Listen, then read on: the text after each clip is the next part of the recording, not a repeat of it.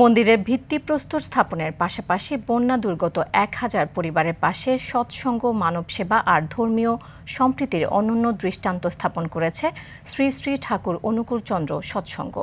পাবনার হেমায়েতপুর সৎসঙ্গের উদ্যোগ এবং চট্টগ্রাম শাখার সহযোগিতায় পটিয়া নতুন মন্দিরের ভিত্তিপ্রস্তর স্থাপন করা হয়েছে। চট্টগ্রাম থেকে সাইফুল মাহমুদের তথ্যচিত্রে জানাচ্ছেন নাদিরা সুলতানা।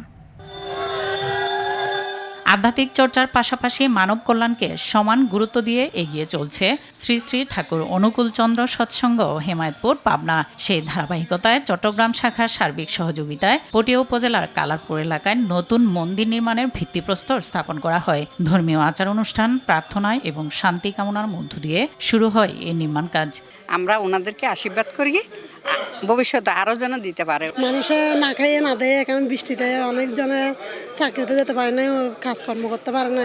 মানুষের যাতে দুর্ভোগ লাঘব হয় সে কারণে আমরা সৎসঙ্গ পক্ষ থেকে সবসময় চেষ্টা করে যাচ্ছি। আগামী দিনও আমাদের এই কাজ অব্যাহত থাকবে এবং অতীতও হয়েছিল। দুর্গত মানুষ কিংবা মানুষ ক্ষতিগ্রস্ত হয়েছে, সেখানে আমরা সবসময় বিগত দিনেও মানুষের পাশে দাঁড়িয়েছি। সম্প্রতি দক্ষিণ চট্টগ্রামে বন্যায় ক্ষতিগ্রস্ত ১,০০০ পরিবারকে খাদ্য সামগ্রী ও ত্রাণ দেওয়া হয়। এতে স্বস্তি প্রকাশ করে দুর্গত পরিবারগুলো। যতগুলো শাখা ক্ষতিগ্রস্ত হয়েছে সবগুলো শাখায় আমাদের ত্রাণগুলো বিতরণ করব। প্রাকৃতিক দুর্যোগ কিংবা যে কোনো সংকটে ভবিষ্যতেও মানুষের পাশে দাঁড়ানোর আশ্বাস সংশ্লিষ্টদের।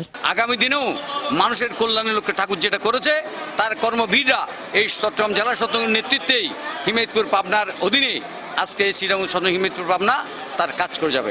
ধর্মীয় মূল্যবোধের পাশাপাশি অসহায় মানুষের মুখে হাসি ফোটানোর এই উদ্যোগকে স্বাগত জানিয়েছেন স্থানীয় বাসিন্দারা। নাদিরা সুলতানা, RTV।